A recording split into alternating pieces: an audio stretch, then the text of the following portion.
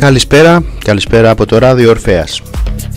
Στα μικρόφωνα του σταθμού για άλλη μια φορά θα είναι ο Φραγκόπουλος Κώστας για τα επόμενα περίπου 35 με 40 λεπτά, κάθε Πέμπτη όπως έχουμε πει στις 8 η ώρα, στην εκπομπή με τίτλο «Η φωνή της αλήθειας». Θα παρουσιάζουμε την αλήθεια με τη δική μας φωνή, πάντα με αποδεικτικά στοιχεία, τα οποία είναι υπογεγραμμένα, σφραγισμένα από τους πιο επίσημους κρατικούς φορείς, από τη Βουλή των Ελλήνων, το Εθνικό Τυπογραφείο, με τα ΦΕΚ και τους νόμους που ψηφίζονται για εμάς τους πολίτες.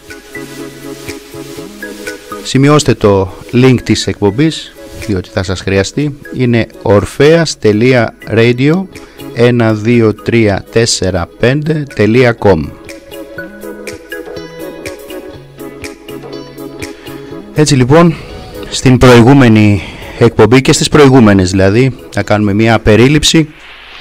Είχαμε αναφερθεί στο τι έχουν κάνει. Έχουν κάνει παράδοση κυριαρχίας, μην το ξεχνάμε αυτό, με νόμους και με ΦΕΚ, έτσι ώστε όλα και τα πάντα τα δικαιώματα τα δικά μας να παραδοθούν και να μην έχουμε δικαιώματα. Στην προηγούμενη βέβαια εκπομπή αναφερθήκαμε και για τα 600 δις, ένα τεράστιο κεφάλαιο που αναφερθήκαμε σε αποδείξεις και στοιχεία στο τι έχει γίνει από το χρονικό που ήρθε ο Αρτέμις Ώρας, ο πρόεδρος της Ελλήνων Συνέλευσης,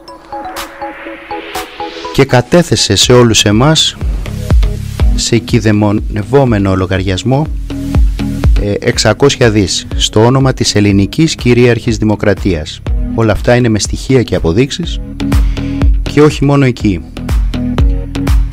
Είχε κάνει με τον καθόλου νόμιμο τρόπο όλες τις διαδικασίες προκειμένου αυτά τα χρήματα να εκταμιευθούν για όλους εμάς, διότι όπως αναφερθήκαμε πρόκειται για κρατικό ομόλογο, και αυτό σημαίνει ότι πρέπει να έρθει σε συνεργασία η εκάστοτε κυβέρνηση προκειμένου να γίνει εκταμίευση και να πιστωθούν τα χρήματα στον λογαριασμό αυτών, πάντα σε συνεργασία με τον θεματοφύλακα, ο οποίος στη συγκεκριμένη στιγμή ήταν και εξακολουθεί να είναι ο Αρτέμις Ώρας. Είχαμε αναφερθεί λοιπόν σε όλα αυτά και είχαμε σταματήσει στην δικαστική απόφαση του 2013, στις 28 Έκτου του 2013, και είχαμε καταλήξει και αναφερθήκαμε στην απόφαση της δίκης αυτής, που λέει περίτρανα ότι τα 600 δις είναι υπαρκτά και ότι αποδείχτηκαν από τον κατηγορούμενο.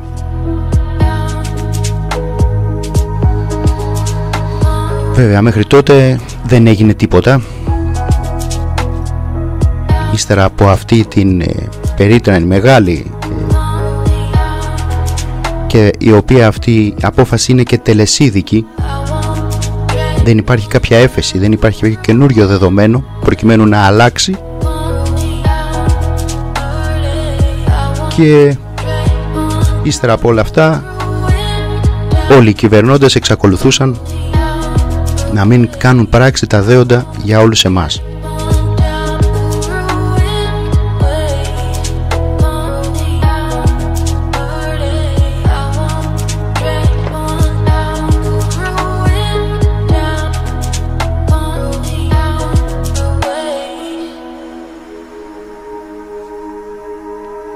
Οι κυβερνήσεις, όπως θυμόμαστε, εναλλάσσονταν και πάντα υπήρχε μια παρένεση και στο να πάρουν και να χρησιμοποιήσουν και να μην διασυρθεί η χώρα σε μνημόνια.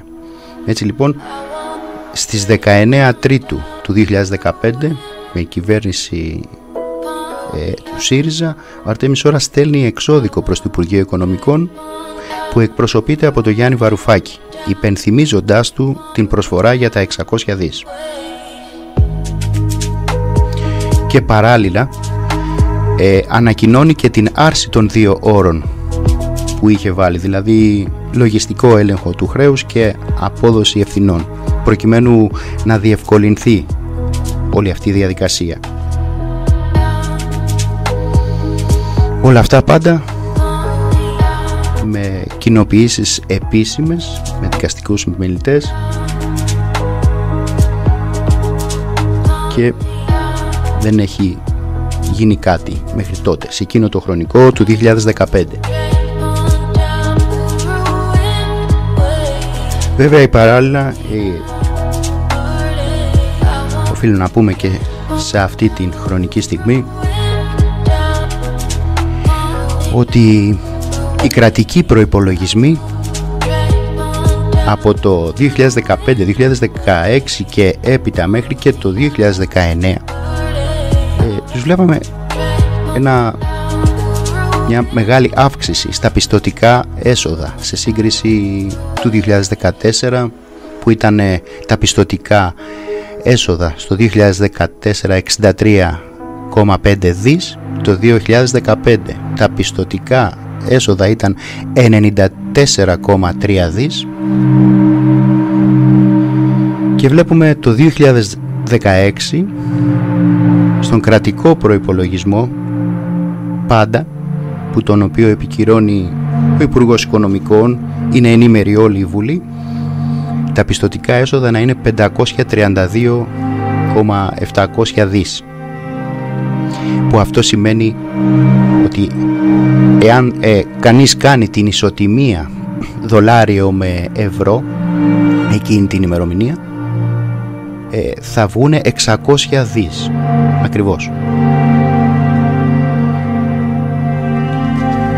Και όλα αυτά είναι στον κρατικό προϋπολογισμό, όπως αναφέραμε, για το 2016.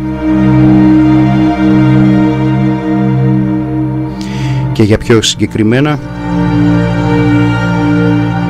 θα αναφερθώ. Πρόκειται για τον αριθμό φύλου 166 στα πιστωτικά έσοδα πάντα της χρονιάς εκείνης.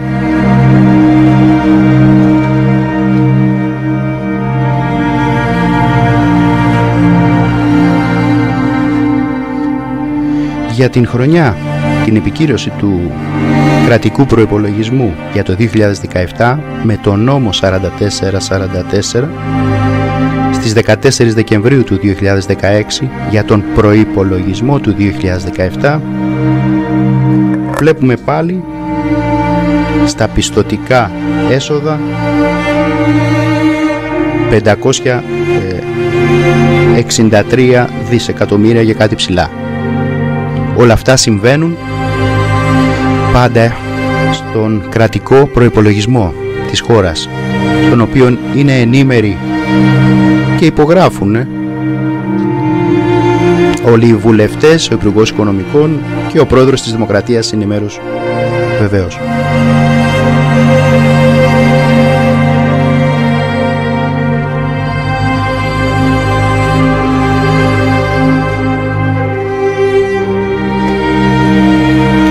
Το ίδιο συμβαίνει και για τον προϋπολογισμό του 2018, βέβαια με μια διαφορά, ότι πλέον αυτά τα ποσά δεν τα βάζουν στα πιστωτικά έσοδα, αλλά ως δάνειο, και πολύ καλά κάνουν και έτσι πρέπει να είναι, και φαίνεται στον κρατικό προϋπολογισμό και του 2019 600 δις, και στο σημείο που είναι οι τόκοι φαίνονται ξεκάθαρα και το επιτόκιο, το οποίο εκπίπτει στο 0,5. Ύστερα από όλα αυτά ο καθένας δημιουργούνται πολλά ερωτήματα. Όταν βάζεις κάποια χρήματα, να ξεκαθαρίσουμε, να διευκρινίσουμε, σε κάποιον λογαριασμό, αυτός ο λογαριασμός πιστώνεται και όχι χρεώνεται. Άρα λοιπόν είναι πιστωτικά έσοδα, έσοδα προς πίστοση. Είναι έτοιμα χρήματα προκειμένου να χρησιμοποιηθούν. Δεν μπορούν να κάνουν αλλιώς. Τα επιβεβαιώνουν, αλλά όμως δεν κάνουν πράξη, δεν προχωράν στην επόμενη κίνηση. Όλα αυτά είναι άλλη μια απόδειξη μέσα από κρατικά έγγραφα και κρατικούς προϋπολογισμούς.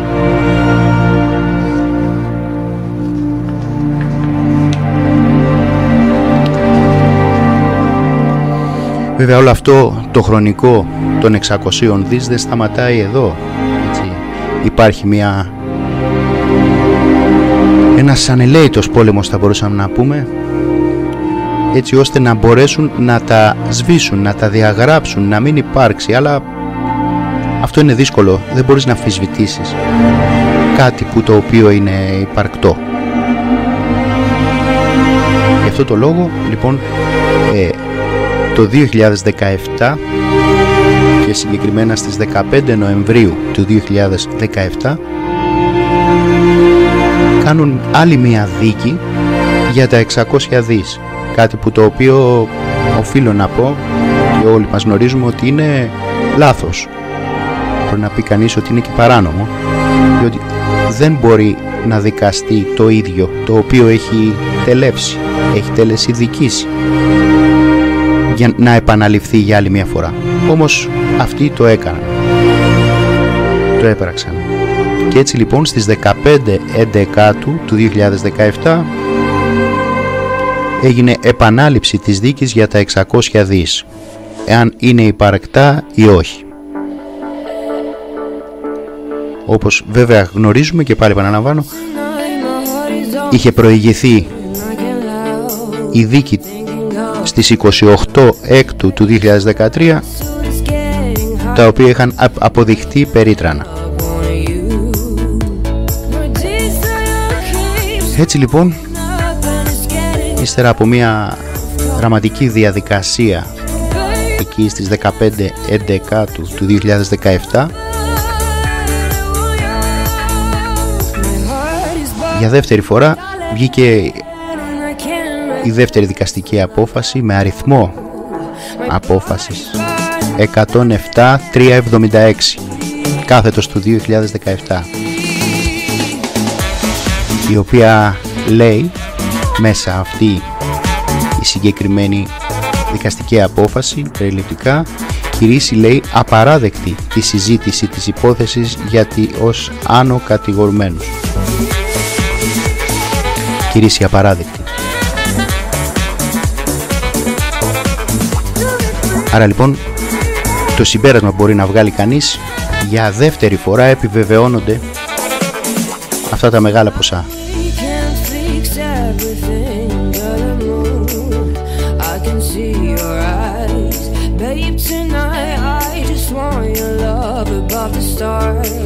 Όλα αυτά έγιναν στις 15 Εντεκάτου του 2017 με μια δεύτερη δικαστική απόφαση. Βέβαια πριν το 2017, το 2015 που ήμασταν, περάσαμε κάτι πάρα πολύ σημαντικό και συγκεκριμένα. Στις 9 Μαΐου του 2016 Αρτέμις Ώρας κοινοποιεί επίσημα σε όλους τους θεσμούς, πάντα με δικαστικό επιμελητή, σχεδόν όλο το χαρτοφυλάκιό του, το τι έχει γίνει για την Τράπεζα της Ανατολής, για τον φόρο που έχει εκδοθεί προς αυτόν, τα 27 δις, τα οποία είναι από έγγραφα της εφορίας που εκπίπτει, την απάντηση του ΣΔΟΕ, την επικύρωση από το Ελληνικό Κοινοβούλιο, ένα δείγμα από τη μετοχή. Μετά είναι το συμβολεογραφικό πληρεξούσιο που έχει με τους Δήμους. Υπάρχει μια πλήρη αναφορά για τα 600 δις και όλα τα χρηματοοικονομικά εργαλεία τα οποία έχει φέρει και όλες τις αποδείξεις. Όλα αυτά λοιπόν, τον τεράστιο φάκελο τον κοινοποιεί πάντα με δικαστικό επιμελητή στον Αλέξη Τσίπρα, στον τότε πρωθυπουργό της Δημοκρατίας. στις 9 Μαΐου του 2016. Και όχι μόνο σε αυτόν. Θα αναφερθούμε και σε ποιους άλλους φορείς. Είναι σημαντικό να διευκρινίσουμε ότι όλες αυτές οι κοινοποιήσεις πηγαίνουν συγκεκριμένα στη νομική υπηρεσία του κάθε ενός φορέα. Δεν πηγαίνουν σε κάποιον άλλον, δηλαδή σε κάποιον θυρωρό ή κάτι άλλο. Πηγαίνει στο νομικό τμήμα, στο γραφείο δηλαδή του Πρωθυπουργού, έτσι ώστε αυτοί να πάρουν τα έγγραφα, να τα δουν, να τα εκτιμήσουν, να τα αξιολογήσουν, και θα δούμε και παρακάτω τι απάντησαν η νομική υπηρεσία.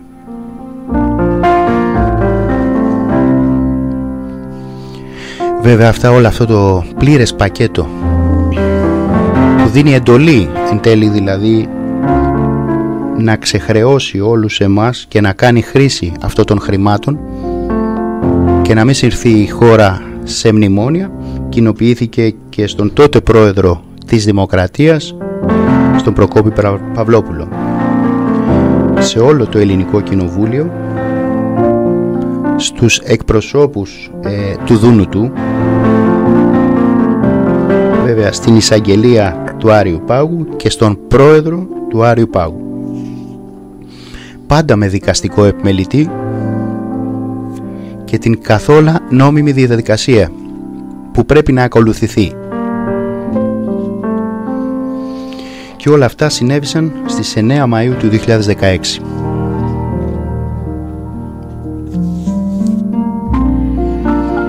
Και μία ημέρα μετά, στις 10 Μαΐου του 2016, απαντά το γραφείο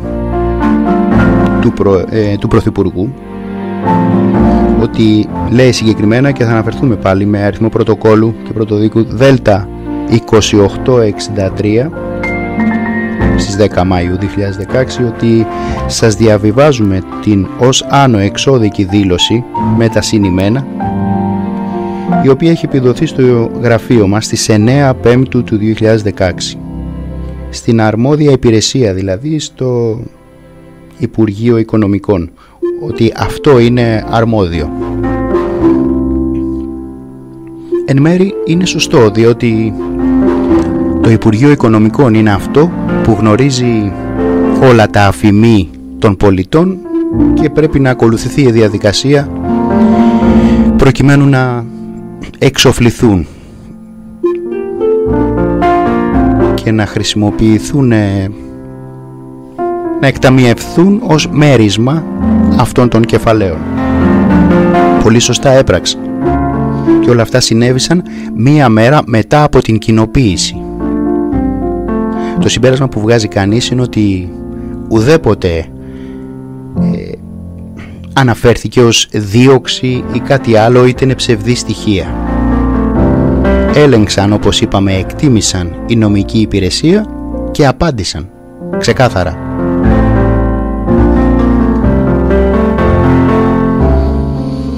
Και όλα αυτά σε εκείνη τη χρονική περίοδο. Άρα λοιπόν οι υπηρεσίες απαντούν στον Αρτέμι Σόρα στο τι έχει κοινοποιήσει προς αυτές.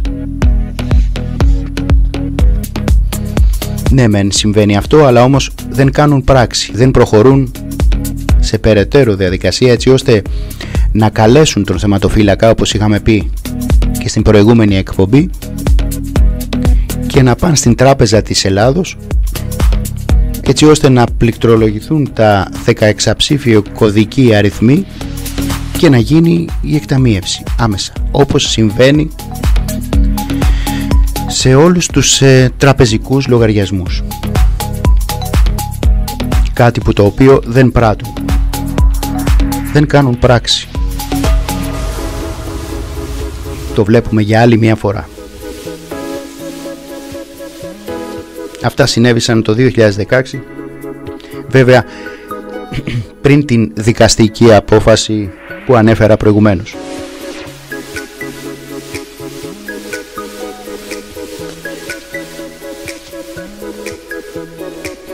Και βέβαια δεν σταματάει εδώ, έτσι. όλα αυτά τα τραγικά που συμβαίνουν εις βάρος όλων εμάς.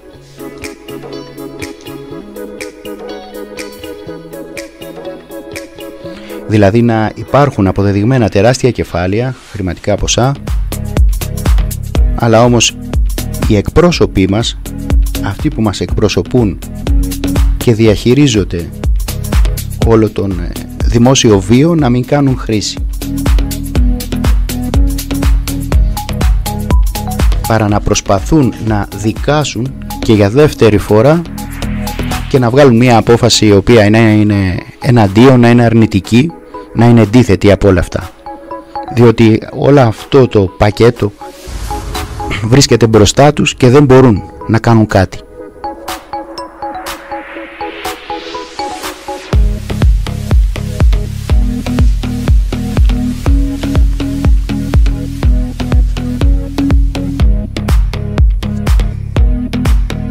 Έτσι λοιπόν, αφού πέρασε αυτό το χρονικό και βγήκανε κάποια συμπεράσματα για δεύτερη φορά ότι είναι εκεί τα 600 δις, ότι τα επιβεβαιώνουν κάθε χρόνο στους κρατικούς προϋπολογισμούς μέσα από τα πιστωτικά έσοδα και το 2019 τα επιβεβαιώνουν ως δάνειο 600 δις. Αν ανατρέξει κανείς σε όλα αυτά τα κρατικά έγγραφα, δηλαδή πατήσει εθνικό τυπογραφείο και προϋπολογισμός της χώρας για το 2019, θα τα δει ξεκάθαρα. Δεν είναι κάτι που το οποίο είναι κρυφό και κάτι που το οποίο λένε κάποιοι άνθρωποι.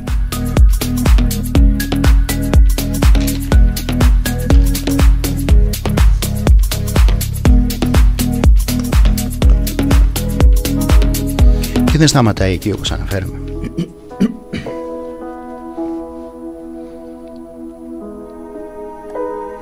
Συνεχίζουν με δόλιες κατηγορίες να αμφισβητήσουν, να ακυρώσουν όλα αυτά. Γι' αυτό λοιπόν επαναλαμβάνουν για τρίτη φορά το 2019 σε μια δημόσια συνεδρίαση. Υπάρχει αυτή η απόφαση, η οποία έχει αρκετές κατηγορίες και είναι πάρα πολύ σοβαρές, και θα αναφερθούμε σε αυτή.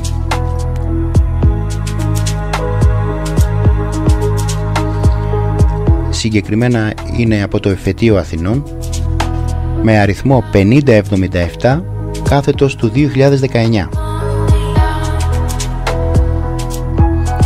Και το Δικαστήριο Εφετών Αθηνών λέει, εισάγεται βέβαια με τον αριθμό 890 κάθετος του 2019, και λέει δημόσια συνεδρίαση σε συνέχεια των προηγούμενων συνεδριών, δηλαδή στις 6 Εντεκάτου του 2019, στις 18 Εντεκάτου του 2019, 22 Εντεκάτου, 27 Εντεκάτου, στις 4 Δωδεκάτου, 5 Δωδεκάτου,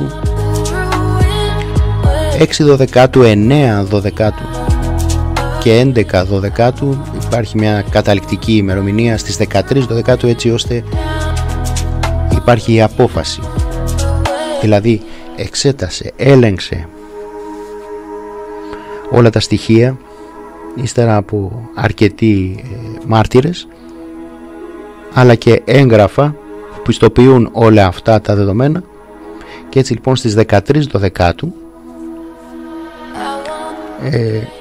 έβγαλε μια απόφαση για όλες αυτές τις κατηγορίες, στις οποίες θα αναφερθούμε.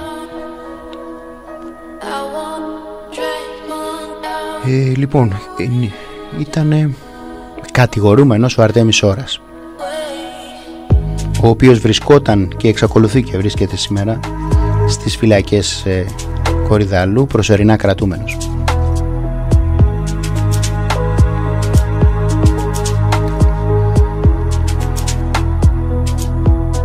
Και αυτή λοιπόν η τρίτη απόφαση της 13 Δωδεκάτου του 2019 λέει ακριβώς: κηρύσσει απαράδεκτη την ποινική δίωξη που ασκήθηκε εναντίον του για την πράξη της απάτης κατά συναυτουργία και κατά εξακολούθηση σε βάρος των τραπεζών, με την οποία επιτεύχθηκε, λέει, όφελος του δράστη. Άρα λοιπόν η πρώτη κατηγορία, λέει, κηρύσσει απαράδεκτη την ποινική δίωξη. Για το έτος, για τα έτη αυτό το συγκεκριμένο ήταν το 2012 μέχρι το 2016. Η δεύτερη γράφει πιο κάτω: κηρύσσει τον κατηγορούμενο αθώο κατά πλειοψηφία για την πράξη της απάτης κατά συναυτουργία και κατά εξακολούθηση σε βάρος του δημοσίου και νομικό πρόσωπο δημοσίου δικαίου, από την οποία επιτεύχθηκε όφελος του δράστη και προξενήθηκε ζημιά. Πάλι για το έτος από το 2012 μέχρι το 2016. Η δεύτερη δηλαδή κατηγορία κηρύσσει αθώο κατά πλειοψηφία. Και συνεχίζει: κηρύσσει, λέει, τον κατηγορούμενο αθώο για την πράξη της απρόσφορης απόπειρας απάτης προς το δημόσιο και στο νομικό πρόσωπο δημοσίου δικαίου και προς τις τράπεζες.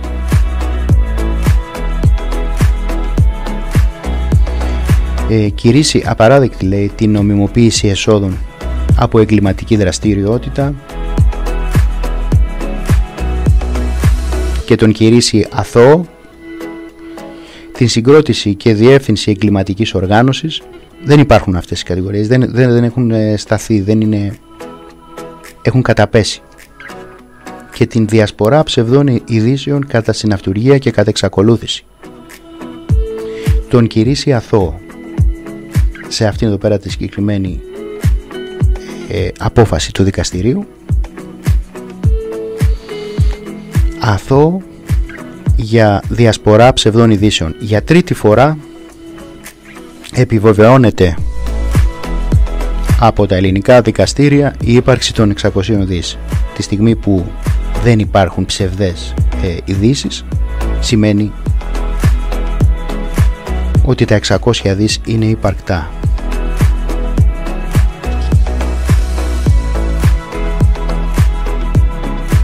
Και συνεχίζει πιο κάτω η απόφαση αυτή, έτσι ώστε να καταλήξουμε. Πάβει, λέει, την ποινική δίωξη που ασκήθηκε κατά του κατηγορούμενου για την πράξη της διέγερσης σε διάπραξη κακουργήματος και πλημελήματος, κατά συναυτουργία και κατά εξακολούθηση, η οποία διαπράχθηκε στην Αθήνα κατά την χρονική περίοδο του 2012 ως το 2016.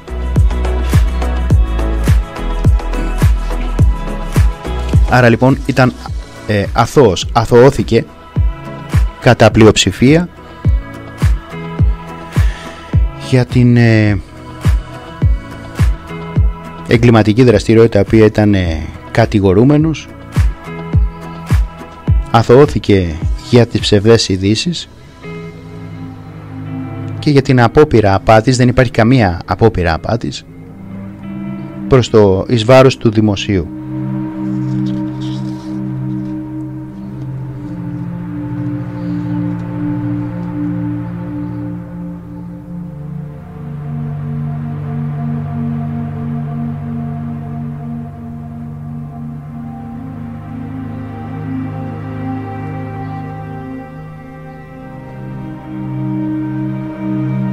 Όμως συνεχίζει η απόφαση αυτή μετά από όλα αυτά και λέει ότι κηρύσσει τον κατηγορούμενο ένοχο για απόπειρα απάτης κατά συναυτουργία εις βάρος του ελληνικού δημοσίου, ότι θα αποπειραθεί κάποια στιγμή στο μέλλον να διαπράξει.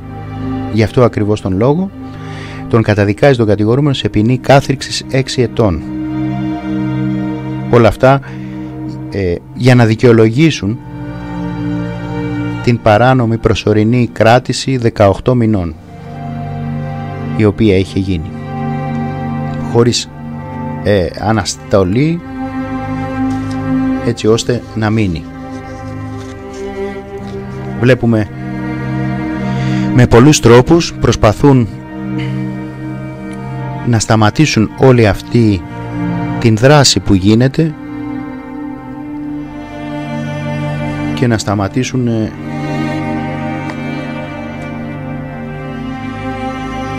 όλους εμάς, έτσι ώστε να πάψουμε να γνωρίσουμε, να μάθουμε. Βέβαια, ύστερα από όλα αυτά τα στοιχεία που αναφέραμε στην προηγούμενη εκπομπή αλλά και σε αυτήν, είναι σημαντικά στοιχεία, μπορώ να πω. Δεν τα λέει κάποιος που τα έβγαλε από το μυαλό του, είναι κρατικά έγγραφα, επιβεβαιώσεις από τους ίδιους κρατικούς φορείς, από τον Πρωθυπουργό, όπως αναφέραμε, αλλά και από τα ελληνικά δικαστήρια. Και όλα αυτά, η κατάληξη είναι ότι οι μεγάλοι δημοσιογράφοι ουδέποτε έχουν αναφερθεί σε όλες αυτές τις τεράστιες αλήθειες που διαδραματίζονται από το 2012 μέχρι και σήμερα.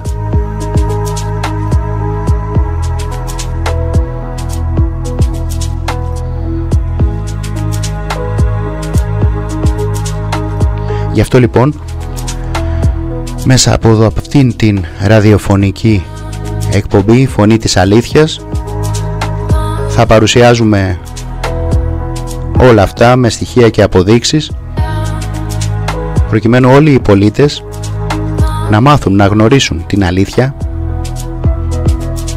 και μετά από αυτό να κάνουν πράξη, έτσι ώστε όλοι εμείς να απεγκλωβιστούμε από όλο αυτό το τεράστιο άδικο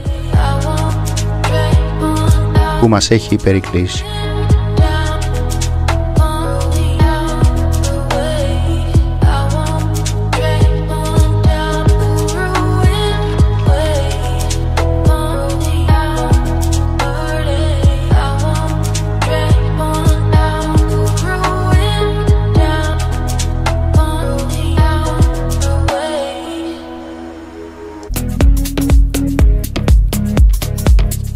Αυτό λοιπόν ήταν ένα χρονικό, μια αναφορά σε όλα αυτά, το τι έχει συμβεί. Βέβαια όλα αυτά τα έγγραφα είναι στη διάθεση όλων των πολιτών να τα δουν, να τα εκτιμήσουν, να τα αξιολογήσουν, διότι πρωταρχικός σκοπός σε όλους εμάς της Ελλήνων Συνέλευσης είναι ότι ό,τι πούμε και ό,τι αναφερθούμε είναι πάντα με στοιχεία και αποδείξεις και τίποτα παραπάνω και λιγότερο. Άλλη μια εκπομπή λοιπόν έφτασε στο τέλος της. Μπορείτε να σημειώσετε το link orpheas.radio12345.com.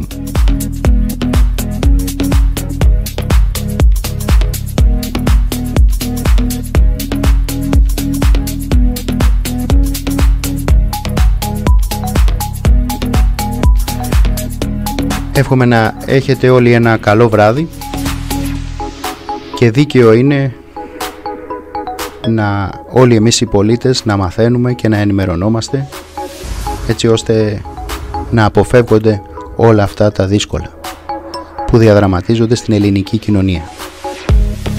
Να έχετε ένα καλό βράδυ.